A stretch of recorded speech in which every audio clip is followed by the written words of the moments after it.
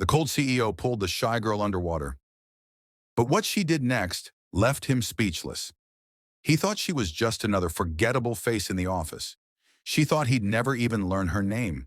But when the ice-hearted boss nearly drowned, it was the quiet girl who dove in. Not just to save him, but to wake the humanity he'd buried years ago. A heartwarming, suspenseful love story where tragedy meets hope, and two broken souls learn that sometimes healing begins the moment you're pulled under. In the towering heart of Manhattan, where glass buildings kissed the clouds and ambition burned hotter than the sun, one name echoed in fear and fascination: Benjamin Cole. He wasn't just a CEO, he was a legend and a warning. At only 35, Benjamin had built Coltech into a billion-dollar empire. The media called him a genius. Investors called him a visionary. But behind closed doors, he was something else. Ice cold, silent, and untouchable. He never laughed, never smiled, never flinched. His words were sharp, his stare sharper. The employees walked on eggshells around him, terrified of his silence more than his words. He didn't need to yell. One look from Benjamin Cole could freeze the air in the room. Some whispered stories about him, that he'd fired a manager for yawning in a meeting, that he once walked out of $1 million pitch because someone wore brown shoes with a black suit. Whether true or not, everyone believed one thing: Benjamin Cole had no heart. And in the same building, 47 floors below his sleek corner office, worked a girl almost no one noticed. Her name was Emily Harper. She was an intern, the kind people forgot 5 minutes after they passed her. She wore soft, pale sweaters, kept her honey blonde hair in a messy bun, and always carried a notebook too big for her bag. She never raised her voice, never interrupted, never stood too close or too far. She walked with her head down, her thoughts loud, but her presence small. They called her the office ghost. No one meant to be cruel, but no one tried to know her either. Yet behind her quiet nature was a mind that saw everything. Emily noticed the secretary who cried in the bathroom after meetings. She saw the programmer who skipped lunch because he couldn't afford it. She even noticed Benjamin Cole, not as the ICE CEO, but as a man whose eyes looked more haunted than cold, a man who watched the world but never stepped into it, a man whose suit was always perfect, but whose soul seemed shattered. She didn't know why she noticed him. Maybe because, deep down, she saw herself in his silence. Sometimes she would catch glimpses of him in the elevator mirror. Never directly. He never noticed her. Why would he? She was a shadow. He was a storm. But still, every time their paths crossed, something strange stirred in her chest. A quiet ache, like an echo of something forgotten. And maybe, just maybe, Benjamin noticed her too, though he'd never admit it. Once, during a company town hall, she dropped her pen. As she bent to pick it up, she saw his eyes on her, just for a second. Not cold, not cruel, curious. But then he turned away, his face unreadable again. To Emily, he was a puzzle, one no one dared to solve. But she wasn't afraid of puzzles. She grew up putting broken things back together. A mother's broken heart, a father's broken dreams, and her own broken belief in people. Benjamin, to her, was just another broken thing. But to him, Emily was invisible. Until one day, when the cold CEO and the shy intern were thrown into something neither expected, something that would tear down walls built over years of pain, pride, and fear. They didn't know it yet, but their paths were about to collide. And when they did, it wouldn't just change their lives. It would awaken something deeper than either had ever felt. Not just love, but healing. It started with an email, one that made half the company groan and the other half panic. Subject line: mandatory weekend retreat, Lake Meadow Resort. Nestled in the quiet corners of upstate New York, Lake Meadow was a breathtaking place. Still waters, fog-draped mornings, and cabins wrapped in pinewood charm. It looked like a postcard from a life nobody in corporate Manhattan had time for. To most, it was a chance to unwind. To Benjamin Cole, it was a nightmare dressed in khakis and forced smiles.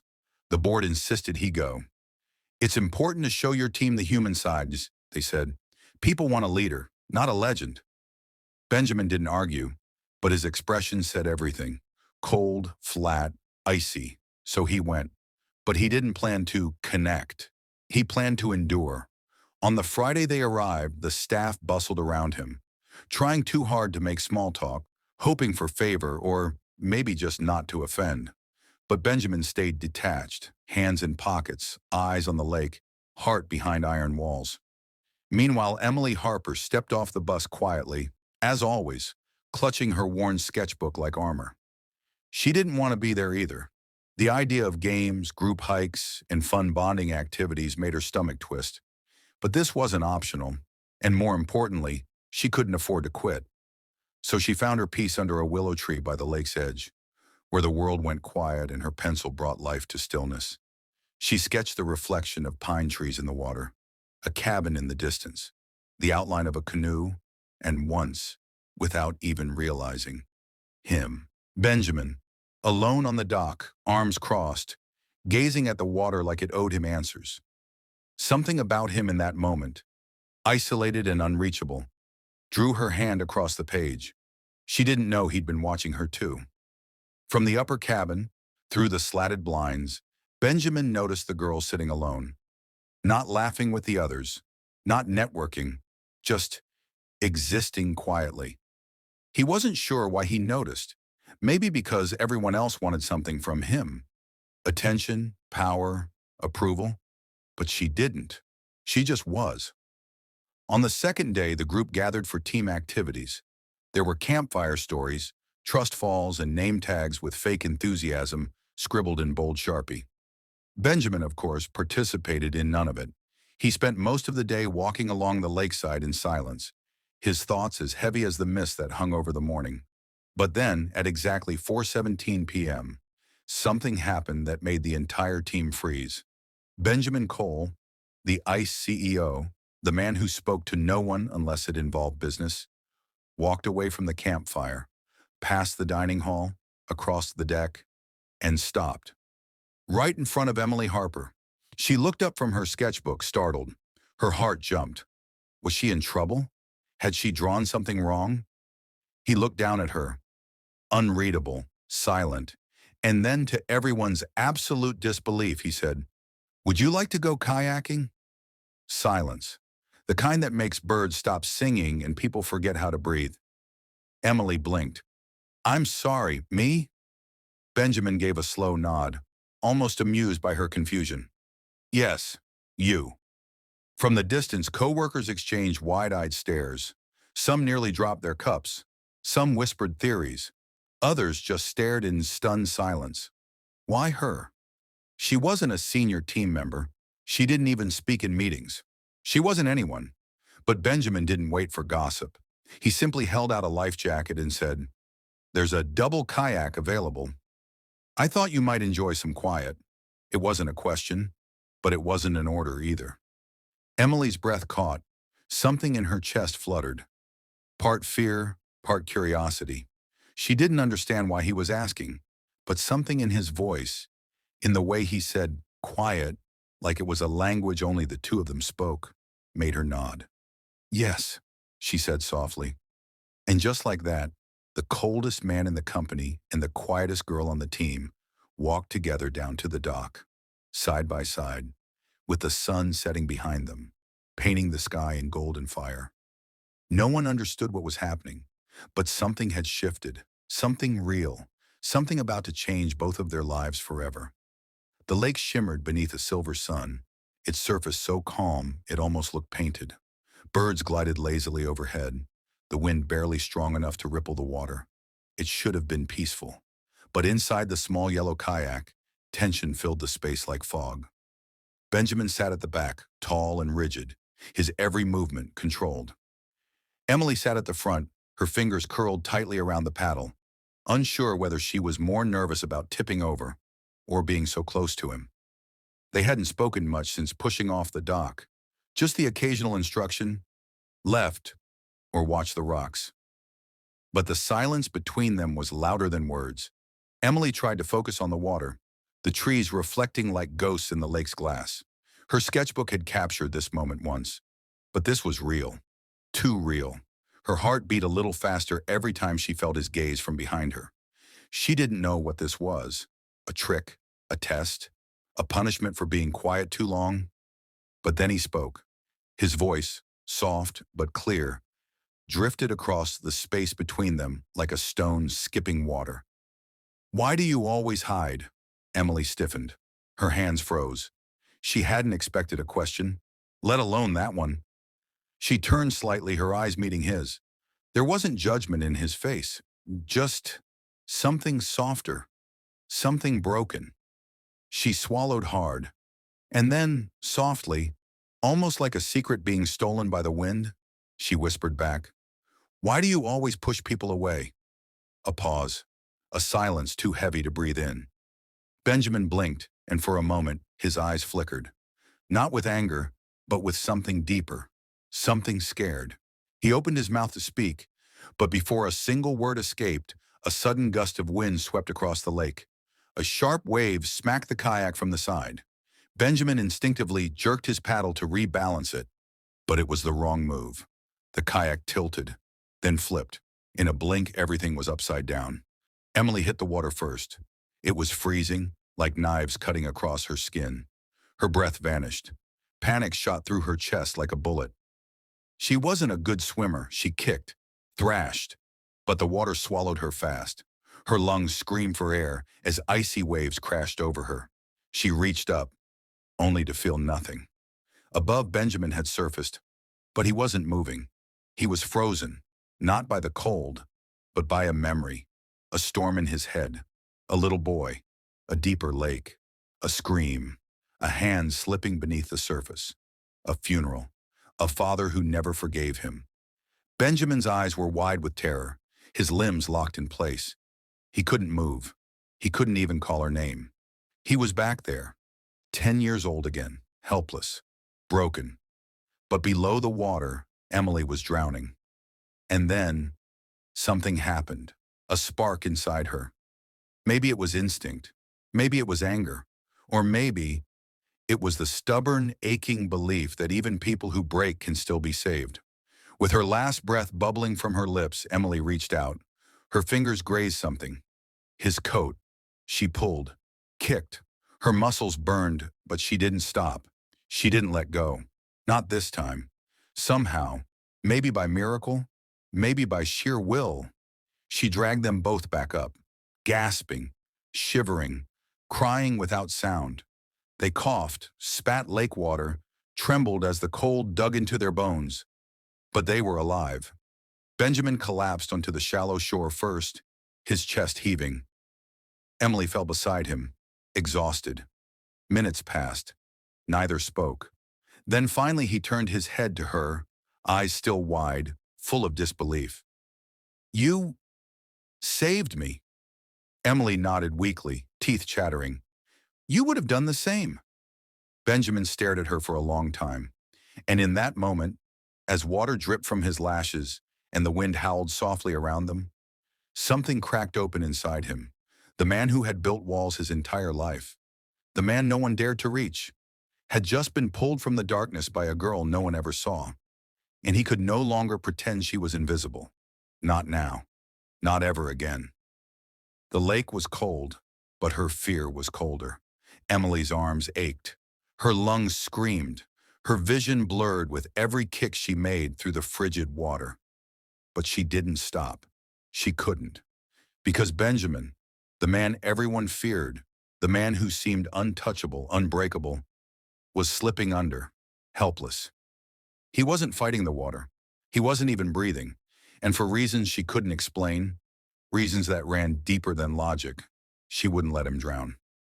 She wrapped her fingers around his coat sleeve, using every ounce of strength to pull him toward the shore. Her head dipped beneath the surface, then rose again with a gasp. Her chest burned, her arms trembled. But still, she held on. Benjamin's body was heavy, but her will was heavier. With teeth clenched, eyes wide with fear, and tears mixing with lake water, Emily pushed herself forward inch by inch. Every second felt like forever. When her feet finally scraped the rocky bottom of the lake bed, she sobbed with relief. She dragged him until the water only reached her knees. then collapsed beside him in the shallows, panting, coughing, half-conscious. He was pale, his eyes closed, his lips turning blue. "No," she rasped, falling to her knees beside him. "No, no, no, don't you dare!" Her hands shook as she tilted his head, pressed her palms against his chest, and began CPR. 1, 2, 3, 4. "Breathe," she whispered. "Come on, just breathe." 5, 6, 7, 8. Memories flashed through her mind. Her parents, the night of the fire, the screaming, the silence that followed, the people she couldn't save. But this time she refused to lose. She leaned down, gave him breath, and pushed again. "Come back," she choked out. "Come back to me." 10, 11, 12. Behind her, footsteps thundered down the hill. Voices, phones. Someone yelled, "Call 911!" But none of it mattered. Not if he didn't wake up. She whispered his name for the first time. Soft, broken, full of something she didn't yet understand. "Benjamin." And then, a cough. A sharp, ragged cough burst from his throat as he jolted upright, water pouring from his mouth. Emily gasped and reached for him. His eyes fluttered open, dazed, unfocused. But when they landed on her, wide and tear-filled, his lips parted. "You saved me," he whispered. Emily nodded, shivering violently. "You were drowning. I had to." Benjamin stared at her. The CEO who once inspired fear in boardrooms was now a man lying helpless in the sand, shaking from more than just cold. He looked up at this girl, quiet, soft-spoken, always forgotten, and saw her glow like a light through his darkness. "I wouldn't have made it," he muttered. Emily smiled faintly through blue lips. "You would have done the same." He paused, a long, haunting pause, then said quietly, almost to himself, "No, I wouldn't have." Because he knew he would have frozen. He had frozen. And she, the girl who couldn't swim well, the girl no one noticed, had saved him when he couldn't save himself. Paramedics rushed in then, warm blankets, hands, questions. But all Benjamin could focus on was her, soaked to the bone, pale as moonlight, but alive and glowing. There was something in her eyes he had never seen before. Not in boardrooms, not in mirrors, not in any of the people who surrounded him day and night. Bravery, compassion, soul. And for the first time in years, something cracked open in him. Not fear, not shame, but awe. As they placed an oxygen mask over his face and tried to separate them, he reached for her hand, weakly but with purpose. And for a moment, as their fingers touched, something passed between them. Not just warmth, not just relief, but a beginning. The air in the cabin was quiet, not just silent, but still, like the world had paused to let two broken people finally speak. A fire crackled in the corner, its warmth reaching out, but neither Emily nor Benjamin seemed to notice. They sat on opposite sides of the couch, wrapped in thick towels, their wet clothes hanging by the heater. A tray of untouched tea sat between them. Outside, the night was falling fast, swallowing the lake in shadows. But inside, something deeper was unfolding.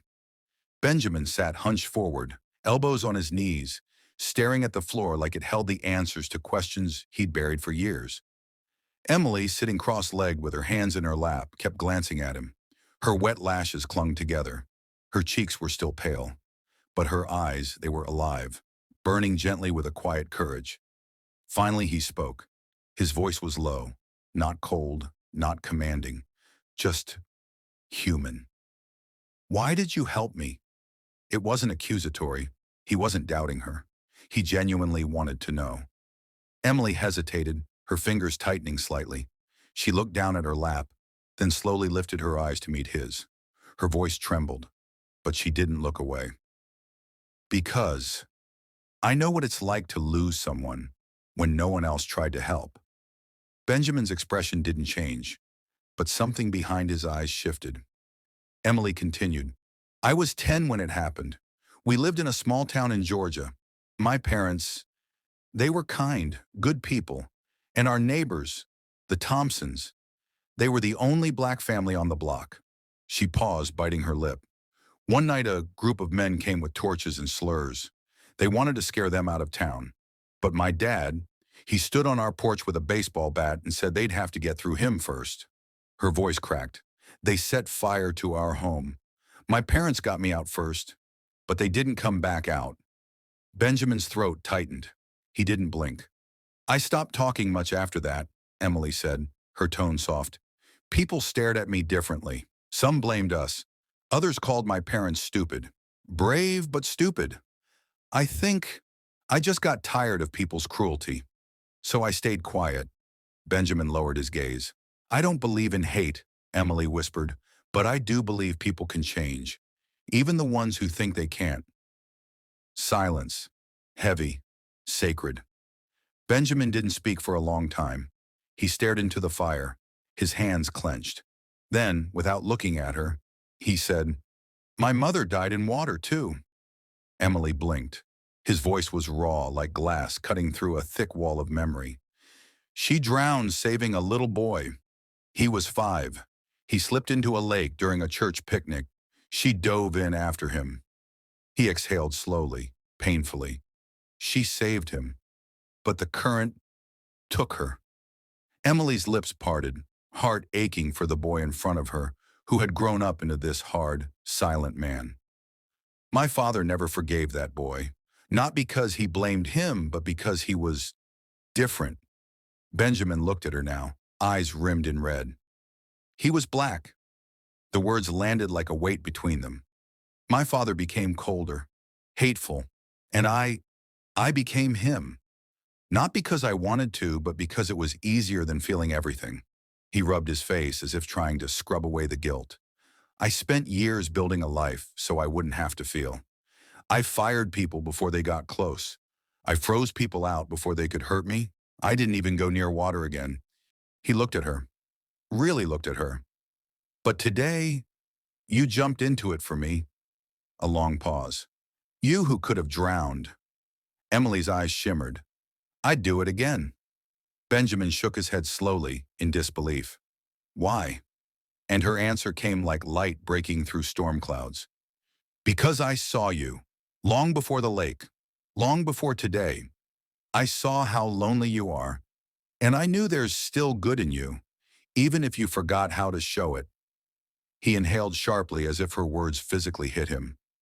No one had ever said something like that to him, not since his mother, not ever again. And here was this quiet girl, invisible to the world, showing him a kindness he hadn't earned, but desperately needed. He leaned back, closing his eyes. I don't deserve that. You don't have to, she said. You just have to choose what kind of man you want to be, starting now. A beat passed, then another. Then Benjamin whispered, Can I start by not pushing you away? Emily smiled gently, her heart fluttering. You already did. And in that tiny cabin by the lake, filled with memories of pain, fire, water, and silence, 2 wounded souls began to heal together. The Monday after the retreat, Coltec felt different. The building was the same. The coffee tasted the same. The elevators still played soft jazz no one liked. But something had shifted. And it wasn't just in the air. It was in the way Benjamin Cole walked through the office. Gone was the sharp, untouchable presence that made interns flinch and executives sweat. The cold fire in his eyes had softened. His steps were slower, his glances less distant. For the first time since anyone could remember, he smiled. It wasn't a grand, flashy grin, just a small curve of the lips. Subtle, sincere, human. People didn't know what had happened at Lake Meadow, but they noticed that something had melted the ice. That week, an email was sent to the entire company. Subject line, change begins now. Benjamin wrote it himself. No assistance, no PR polish, just raw truth. He admitted that he had been a closed-off leader, that he had allowed pain to build walls inside him, walls that blocked empathy, kindness, and connection, and that it had taken nearly drowning to realize there are some things worth surfacing for. The email ended with this: No matter how high we rise, we are still human. and humans hurt, but we also heal if we choose to. Today I choose healing, and I invite you to do the same. People read it once, then again. Some cried, some clapped, most sat in stunned silence. Within a month, Benjamin launched Coltech's first diversity and inclusion initiative, not just in name, but in action. He brought in speakers from all walks of life, survivors of hate crimes, social activists, psychologists, community leaders. He started an internal mentorship program for underrepresented interns. He opened doors that had long been locked, and at the center of it all, standing quietly but powerfully, was Emily Harper. Benjamin didn't just thank her, he trusted her. He promoted her to Director of Community Outreach, despite her protest. "I've never led anything," she had said, clutching her notebook like a lifeline. "But you've already led me," Benjamin replied, "and you saved more than just my life that day." With time, Emily blossomed. The once shy girl who spoke in whispers now stood on stages, sharing her story. Not to inspire pity, but to plant seeds of understanding. And when she spoke, people listened. They listened because her voice didn't preach. It reached. Because pain spoken gently often does more than anger shouted loudly. One spring afternoon, 3 years later, Emily and Benjamin stood in front of a group of high school students at an inner-city outreach program. Benjamin told the story of a cold CEO who thought strength meant silence. Emily told the story of a quiet girl who thought invisibility was safer than being hurt. And together, they shared how both were wrong and how they helped each other see the light again. Afterward, a teenager in the front row raised his hand. "Why do you tell people this?" he asked. "You don't have to. You're rich. You're powerful. You could forget." Benjamin looked at Emily, then back at the boy. "Because if I forget, I go back to being frozen," he said, "and she's the one who taught me how to thaw." The boy nodded slowly and smiled. Word of their story spread, not as gossip, but as hope. News outlets shared it. A journalist wrote a piece titled, "The CEO and the Intern Who Changed Everything." But for Benjamin and Emily, it was never about headlines. It was about impact. It was about proving that even those shaped by hate, grief, or fear could choose love, kindness, and transformation. They weren't perfect. They still had scars, but they had each other. And from that place of honesty, they built something bigger than a company. They built a legacy,